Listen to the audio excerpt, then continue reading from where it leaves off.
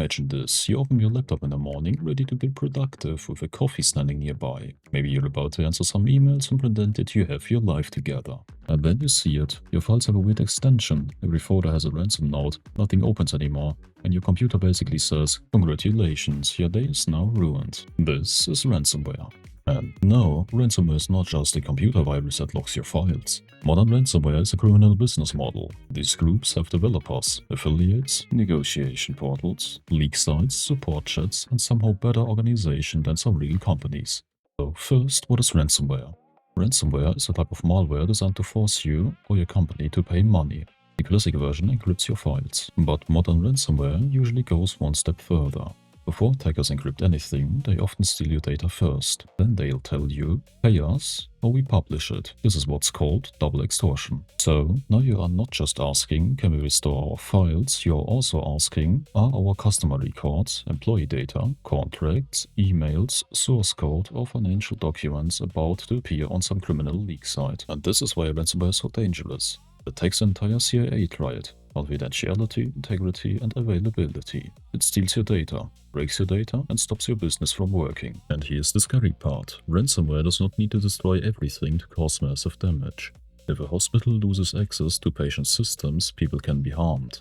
If a factory loses production systems, machines stop. If a logistics company loses scheduling systems, deliveries fail. And here's something a lot of people misunderstand. The ransom itself is often not the biggest cost. The real cost is everything around it. The downtime, the emergency response, the forensic investigation, the lawyers, the customer notifications, the recovery work. Alright, and how does ransomware even get in? The first step is called initial access. Initial access means the attacker has found a way into your network. Not full admin access yet, not total control yet, just the first foothold.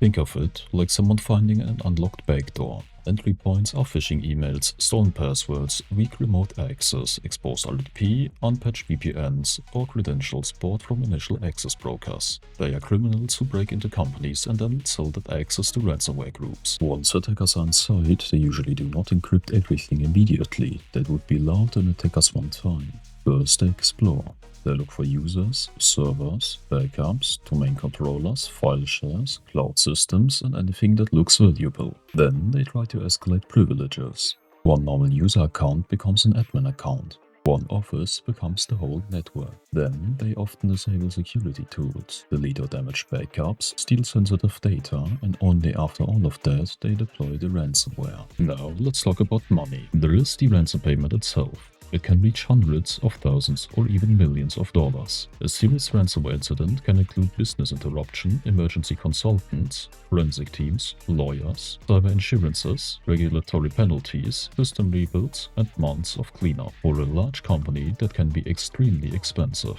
For a small company, one bad ransomware attack can be the end of the business. And the worst part, paying does not guarantee anything. You might not get a working decryptor. Your stolen data might still leak. The criminals might come back later. And your payments might fund the next attack. So, the best ransomware strategy is not, "Let's negotiate well." The best strategy is, "Let's not become the easiest target in the room." So, how do you actually defend yourself against ransomware? First, backups. Use the 3-2-1 rule. That means 3 copies of important data on 2 different types of storage, with 1 copy offline or immutable. Here's the most important part. Test your restores. An untested backup is just a hole with a progress bar. Second, patch fast.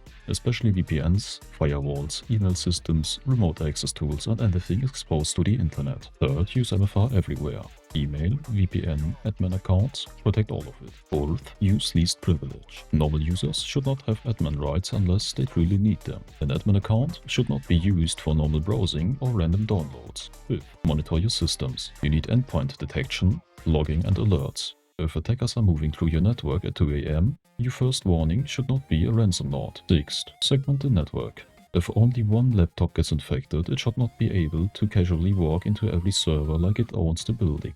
And seventh, train people. Not boring checkbox training, realistic phishing awareness. One employee reporting a suspicious email quickly can save the entire company. Now, let's say the worst happens. Your company gets hit. First, do not panic click random things. Do not start deleting everything. Do not immediately wipe systems without thinking. Step 1. Isolate affected systems. Disconnect them from the network to stop the spread. If you cannot disconnect safely, power down only when necessary. Step 2. Activate the incident response plan. Get the right people involved. Your security team should not handle this alone. Bring in management, legal support, and professional incident responders if the attack is serious. This is not the right moment for one stressed admin to fight an entire ransomware group alone. Step 3.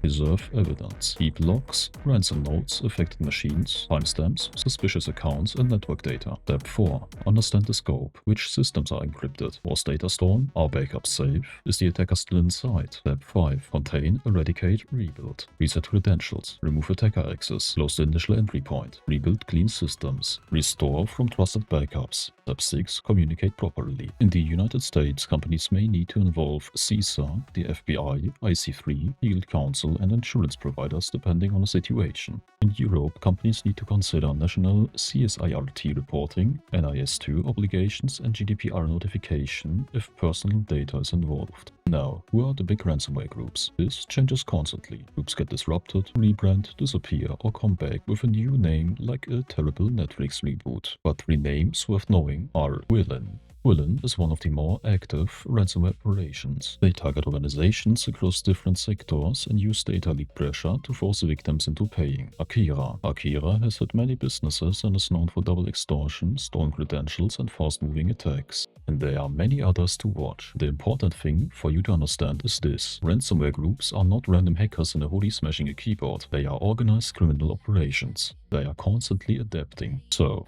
here's the simple version. Ransomware is not just malware. It's a business model built around fear, downtime, stolen data, and pressure. Attackers usually get in through weak access, stolen credentials, phishing, exposed services, or unpatched systems. Then they move quietly, they steal data, they break backups, and finally they encrypt everything. The defense is not one magic tool. It is backups, MFA, patching, least privilege, monitoring, segmentation, rating, and a tested incident response plan. Because when ransomware hits, the real question is not, do we have an antivirus? The real question is, can we keep the business alive while everything is on fire? And if the answer is yes, you're already ahead of many victims. So please, patch your systems, test your backups, use MFA, and do not give admin rights to the intern's gaming laptop. Thanks for watching, stay safe, and I'll see you in the next one.